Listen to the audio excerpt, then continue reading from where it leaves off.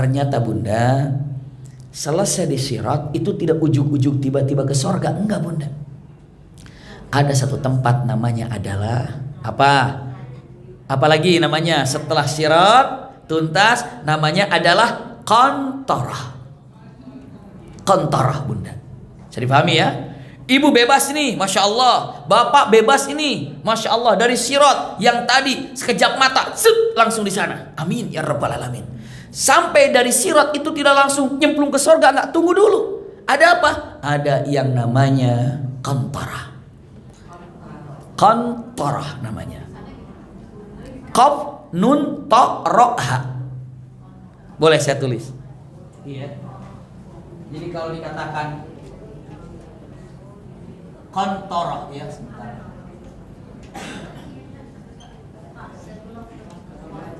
Iya. Ini di sini qantarah.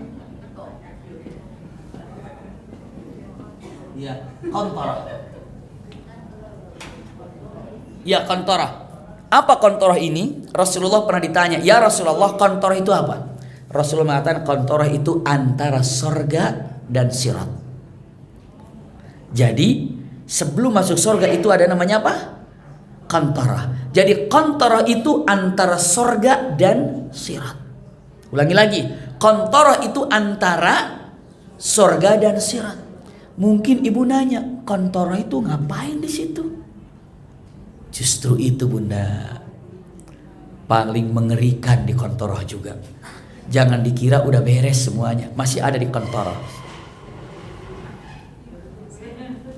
Apa bunda qantarah ini? Lokasinya antara apa tadi? Antara sorga dan sirat. Punten, ketika di mahsyar, ketika dihisab, ditimbang, ya, lalu setelah ditimbang diberikan buku. Setelah itu haud Nabi, setelah itu sirat, setelah itu qantarah. Bunda, ayahanda, simak baik-baik, di qantarah ini adalah membereskan urusan-urusan antara manusia dan manusia yang belum selesai di dunia. Itu di qantarah bunda. Ngeri bunda. Nih punten. Di mahsyar aman, dia lulus. Di hisab aman, dia lulus. Di mizan dia lulus. Bahkan dia disirat lulus dia.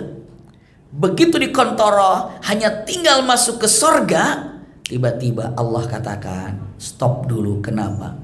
Kamu amalan memang banyak, tapi kamu pernah nyakitin fulan waktu di dunia. Kamu bayar fulan itu rasa sakitnya. Pakai apa? Amal solehmu kamu pindahkan. Kirimin amal solehnya.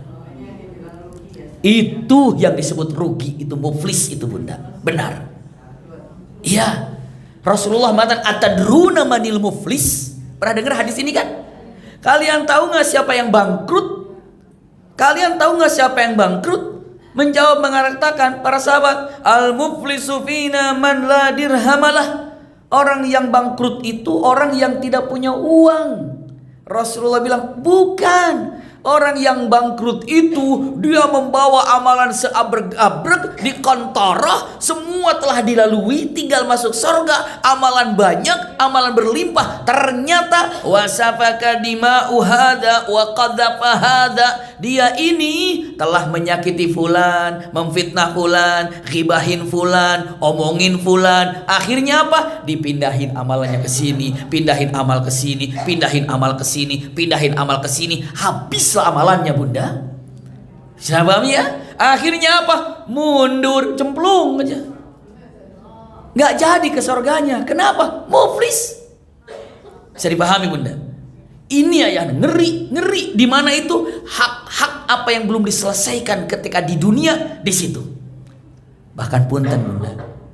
Ini kalau saya terjemahkan bebasnya. Orang yang baru jumpa lalu marah-marah, lalu setelah itu nggak jumpa lagi, itu kelak di akhirat dijumpakan. Pernah nggak ibu begitu? Mungkin lagi naik mobil, tiba-tiba keserempet. Ibu turun, dia turun. Emang kamu nyerempet? Memang jalan punya nenek moyangmu. Akhirnya dasar kamu ini, ribut. Akhirnya apa? Udah kata-kata kasar, kotor, binatang semua keluar. Akhirnya udahlah, pergi aja. Udah, dasar kamu bla bla bla semua, pergi. Di akhirat ketemu nanti. Kalau ibu bapak belum sempat minta maaf sama orang itu, apalagi di jalan raya. Pernah begitu ibu bapak? Pernah mungkin. Lagi di jalan tiba-tiba angkotnya marah atau gimana, terus kita marah apa dengan isyarat, apa dengan plotot, apa-apa. Di akhirat ketemu nanti. Maka kalau marah-marah di jalan, setelah marah-marah ibu bapak biar gak sampai ke akhirat, minta nomor handphonenya biar nanti bisa minta maaf.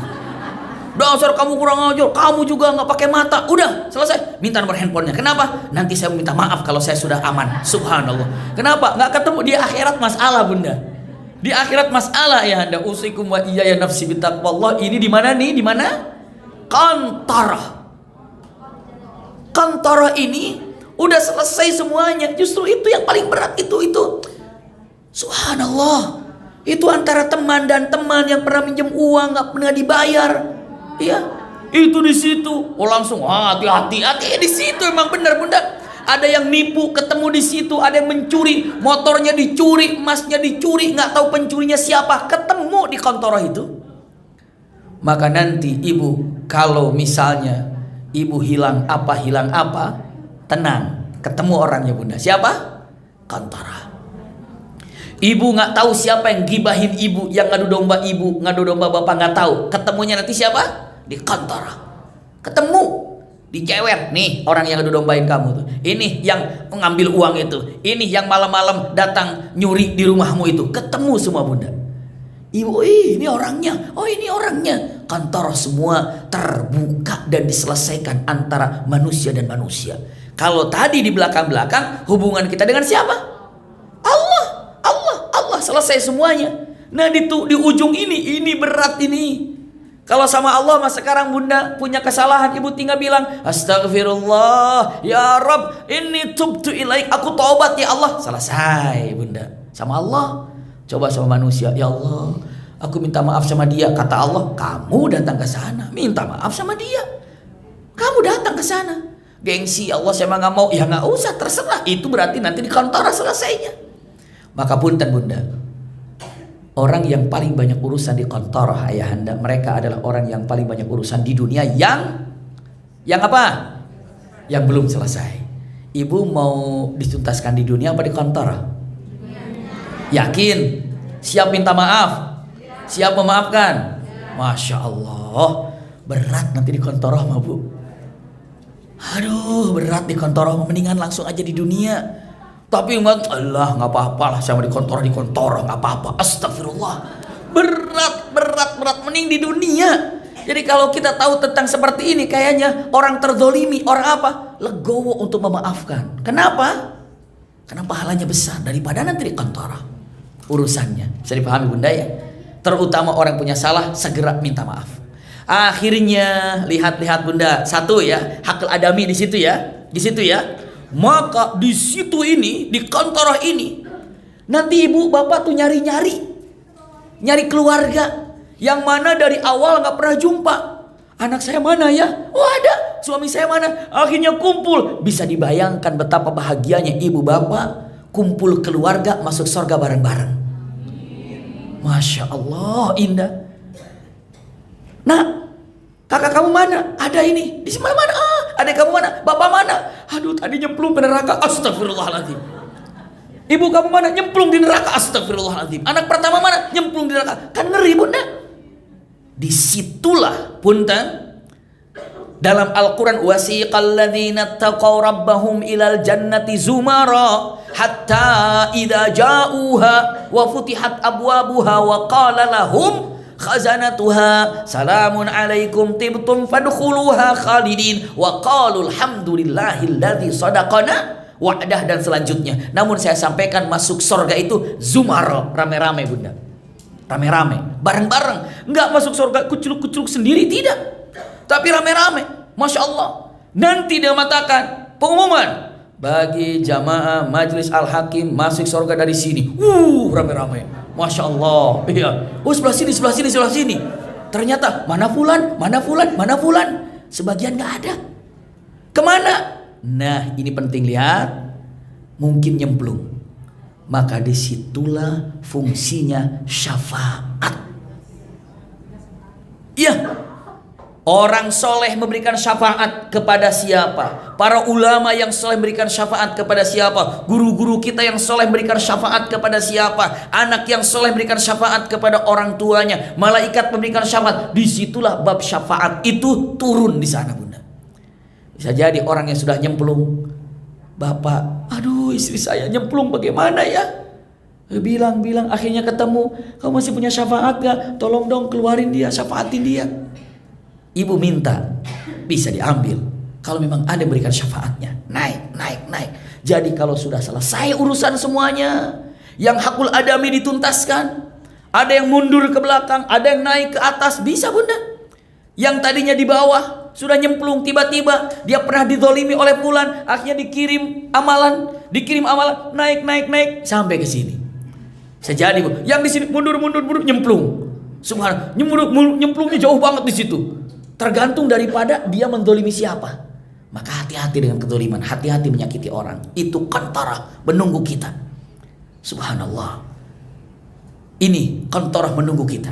Ulangi lagi ya. Setelah itu apa? Setelah itu selesai semuanya, baru hak bagian syafaat. Ayo yang punya syafaat, tolong saudaramu. Ayo punya syafaat, tolong siapa? Tolong siapa? Maka di situ pemberian syafaat semuanya. Akhirnya tuntaslah syafaat. Begitulah masuk surga Zumarah. Berarti kantorah ini tempat membereskan masalah anak Adam. Yang kedua, tempat menyelesaikan berfungsinya apa tadi? Syafaat. Setelah itu masuklah ke dalam sorga. Masya Allah. Masuklah kita ke dalam sorga rame-rame. Ahli majelis ta'lim di sini, ahli sedekah di sini, ahli silaturahim di sini. Maka disitulah ada 8 pintu sorga. Ahli sholat di sini, ahli birrul walidain di sini. Kalau kita semuanya mah amin, masuk sorga dari pintu mana saja. Amin. Kenapa? Karena ada orang yang masuk sorga dari pintu mana saja. Kenapa? Karena pantas untuk mendapatkannya. Dia punya master key-nya, masuk kemana saja dia dapat. Tidak hanya melalui pintu birrul walidain, tidak hanya melalui pintu sholat, tidak hanya melalui pintu puasa. Ada contoh Abu Bakar As-Siddiq memiliki masuk pintu surga kemana saja. Masya Allah. Nah sekarang, selanjutnya, orang pertama kali masuk surga, apa yang terjadi? Bagaimana keadaan surga ini? Saya dipahami, Bunda? Ini pertanyaannya. Lalu pertanyaan kedua, siapa yang terakhir masuk surga? Bisa dipahami ya? Ini sedang bicarakan surga ini. Ulangi lagi pertanyaannya, simak baik-baik ya. Bagaimana ketika kita masuk surga? Awal mulanya kita masuk surga itu kayak apa gitu? Apakah begitu masuk? Buset, apa begitu gitu? Iya. Apa pertama kali masuk surga? Apa ucapannya? Ucapannya adalah alhamdulillah. Ngeliat alhamdulillah. Terus bagaimana situasinya? Apa yang terjadi dalam jiwa ini ketika masuk surga? Itu pertanyaan pertama. Yang kedua, siapa yang terakhir masuk surga? Jawabannya adalah bulan depan, insya Allah. Iya, bulan depan jawabannya, Bunda. Iya, karena kalau dijawab sekarang juga agak panjang lagi. Jadi yang akan datang khusus kita bicara masalah surga, tempat.